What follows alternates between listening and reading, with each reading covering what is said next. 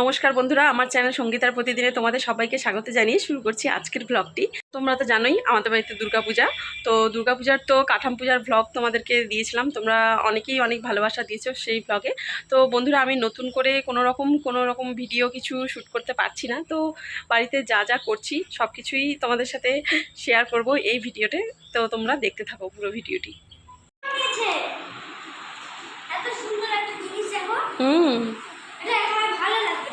তো বন্ধুরা, আমাদের বাড়িতে দুর্গাপূজার জন্য ঘরটারগুলো পরিষ্কার করা হচ্ছে। বাড়ি ঘর সব দেখো ওলট পালট। এই ঘর থেকে তো খাটটাট বের করা হয়েছে, তো পরিষ্কার পরিচ্ছন্নর কাজ চলছে। চারিদিকে সব কিছু ওলট পালট হয়ে আছে। এই যে এদিকে সব কিছু পরিষ্কার করা হচ্ছে। হুম হুম হুম খোলো খোলো।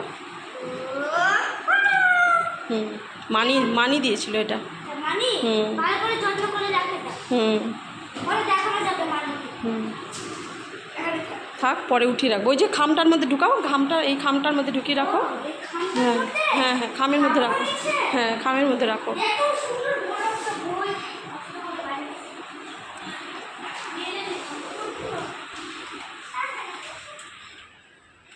এই যে সব ঘরের জিনিস এখানে বাইরে বের করা হয়েছে।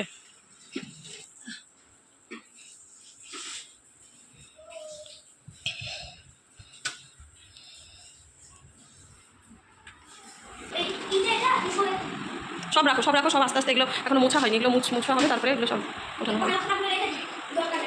হ্যাঁ আচ্ছা থাক, হ্যাঁ রাখো। ওই যে ওটা মুছতে হবে, ভূপেনটা খুব মোছা হলে তারপরে ওগুলো সব। হ্যাঁ ওই যে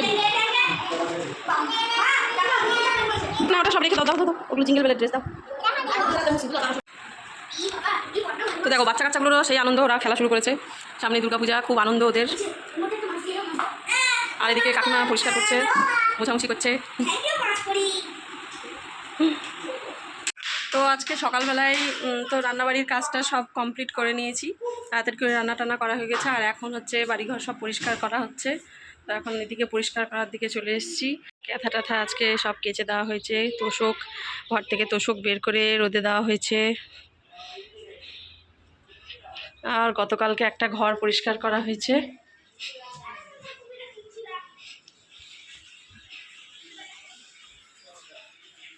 এই যে এই ঘরটা কালকে পরিষ্কার করা হয়েছে।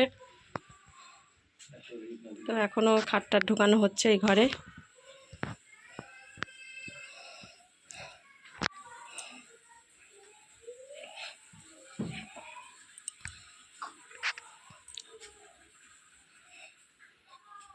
এখন সব ওলট পালট হয়ে আছে। এটা হচ্ছে আমাদের মাটির ঘর।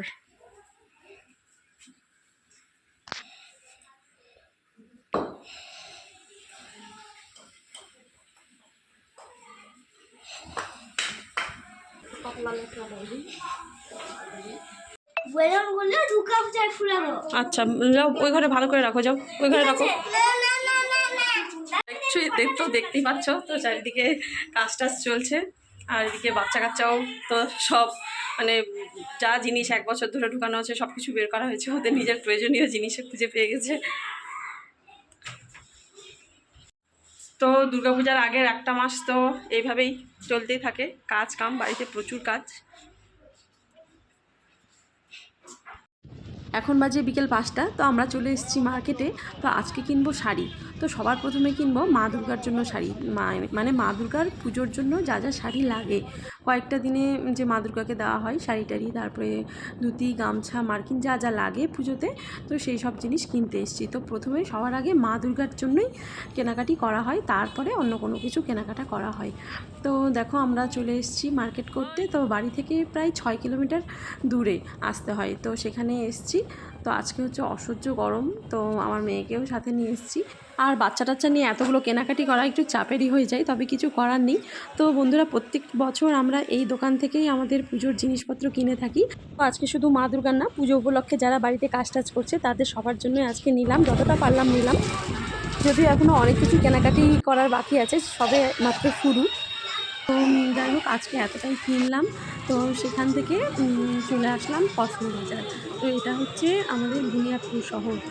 তো তো বুনিয়াদপুর শহরে খুব বেশি দিন হয়নি কসমোবাজার ওপেন হওয়া, তো বেশ কিছুদিন হলো ওপেন হওয়া। তো ওপেনিংয়ের দিন তো প্রচণ্ড ভিড় ছিল, তো সেই দিন তো আসা হয়নি, যদিও আমার হাজব্যান্ডের মুখে শুনেছিলাম যে প্রচণ্ড ভিড় ছিল। তো আজকে প্রথম আসলাম, তো ভাবলাম যে ভিতরটা একটু ঘুরে দেখি। তো সেরকমভাবে কিছু কেনাকাটি করার হয়নি, কারণ অনেকটাই দেরি হয়ে গেছিলো আর আমার মেয়েও ঘুমিয়ে গেছিলো।